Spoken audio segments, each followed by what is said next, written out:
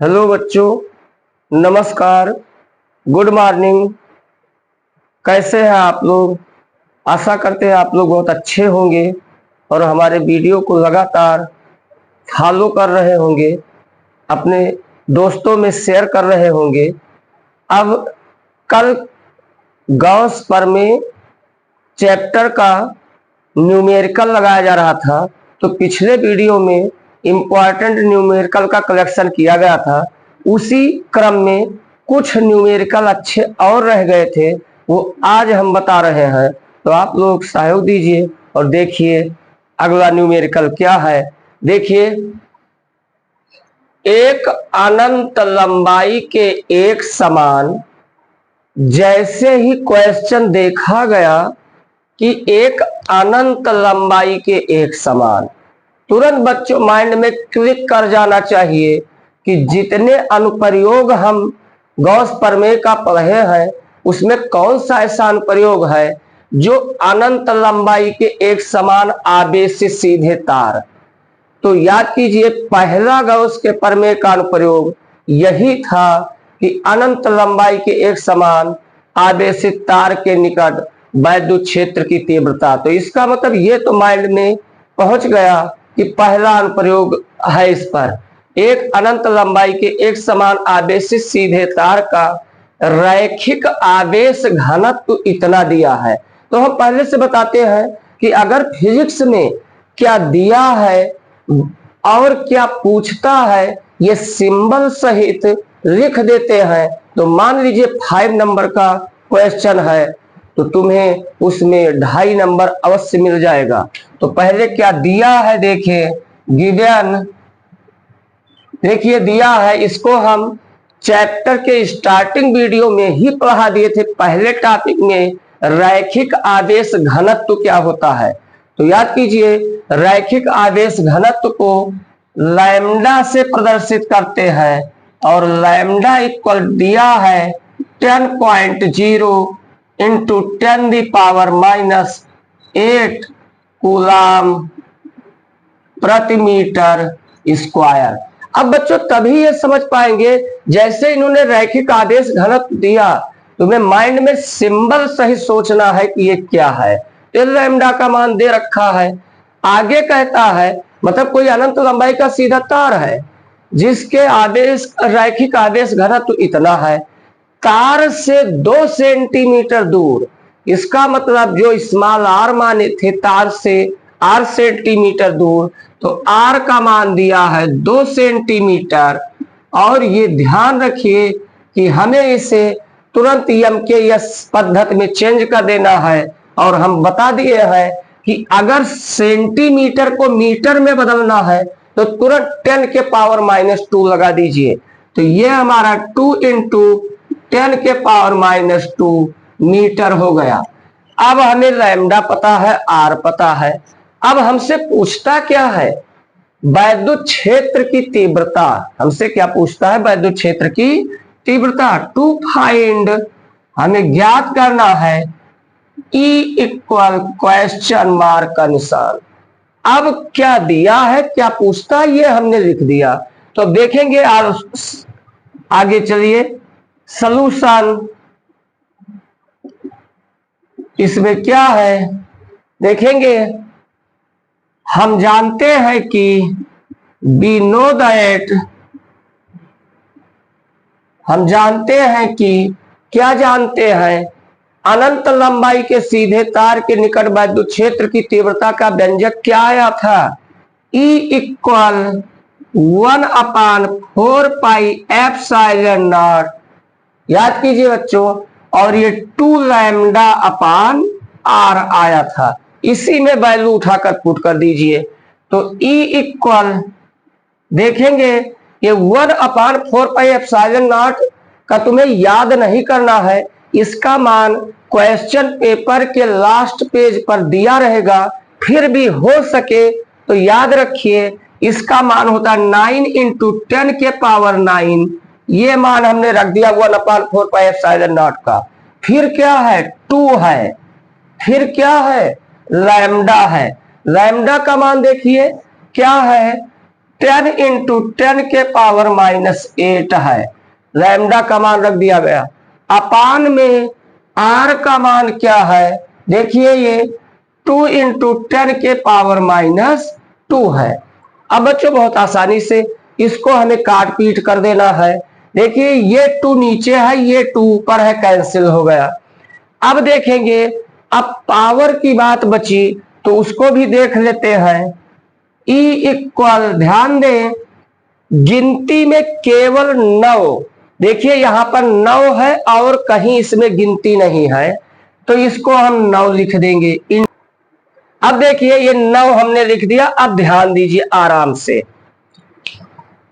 10 के पावर 9 यहां है और एक 10 के पावर 1 यहां है, तो ये 10 के पावर 9 और 10 के पावर 1 मिलाकर हो गया 10 के पावर 10।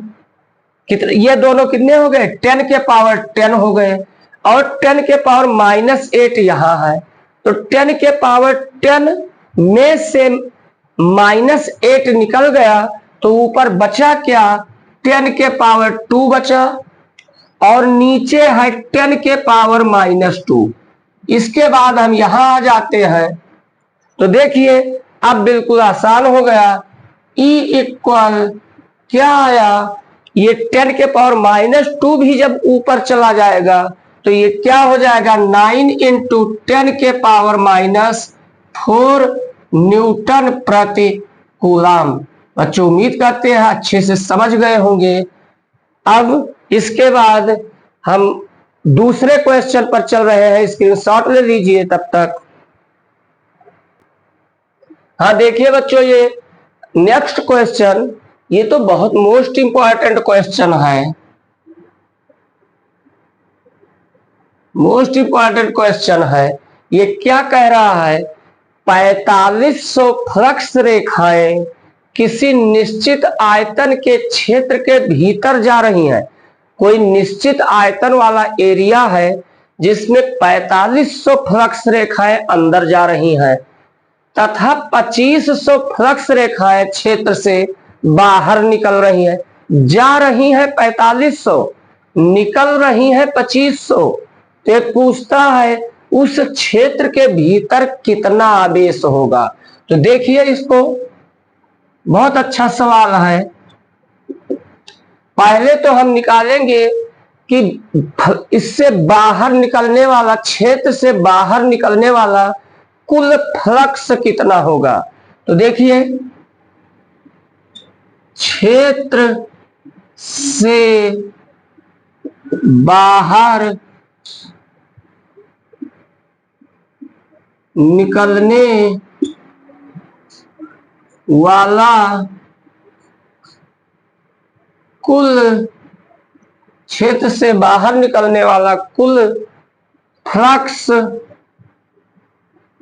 देख रहे हैं सब लोग? हाँ ध्यान दीजिए, इधर उधर ध्यान मत दीजिए, अच्छे से समझिए। क्षेत्र से बाहर निकलने वाला कुल फ्लक्स फाई ई इक्वल क्या होता है?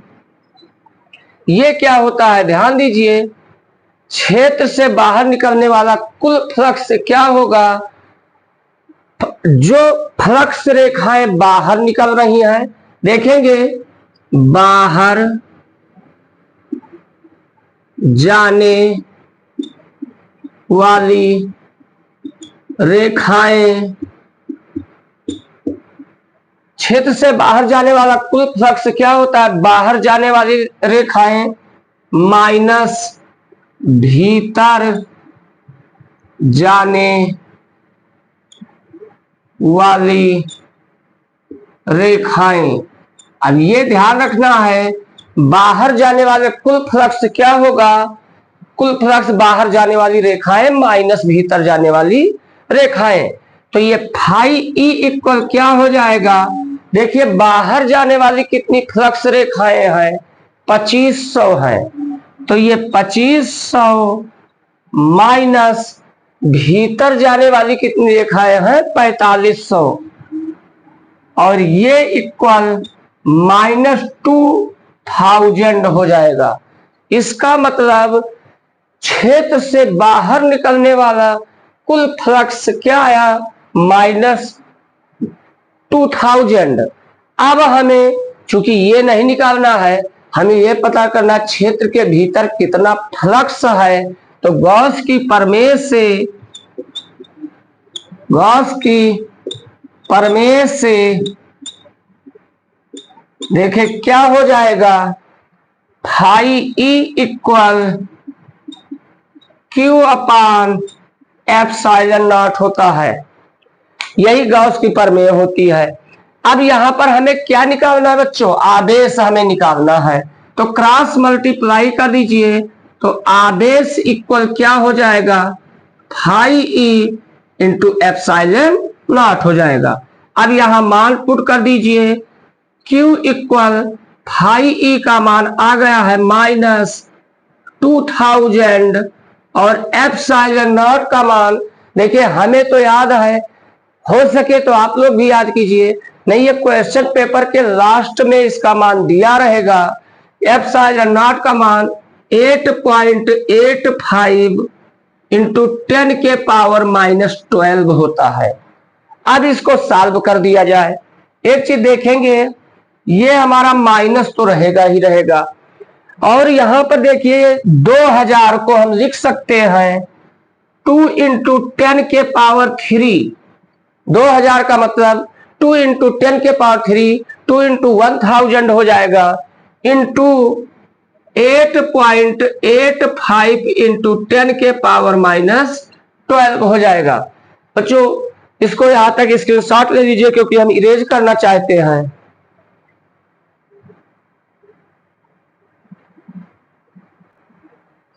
तो ये देखेंगे अब हमारा, इसके बाद हम यहां आते हैं, आवेश Q इक्वल, ध्यान दे 8.85 को 2 से मल्टीप्लाई करेंगे तो देखेंगे 2 5 जा 10 के 0, कैरी आया 1, 2 8 जा 16 और 1 17, फिर 2 8 जा 16 और 1 17 और 2 डिजिट बाद डेसिमल लग जाएगा, ये 17.7 हुआ।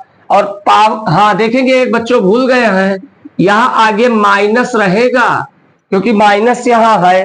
अब पावर में देखा जाए 10 के पावर -12 पहले से है और ये +3 है, तो ये हमारा कितना बचेगा, 10 के पावर -9 बचेगा। अब यही हमारा ये इतना कूलाम। अब देखेंगे बच्चों ये पूछा उस क्षेत्र के भीतर कितना आवेश है, तो क्षेत्र के भीतर 17.7 इंटू 10 के पावर -9 कूलाम कैसा आवेश है, इतना ऋण आवेश निगेटिव चार्ज है।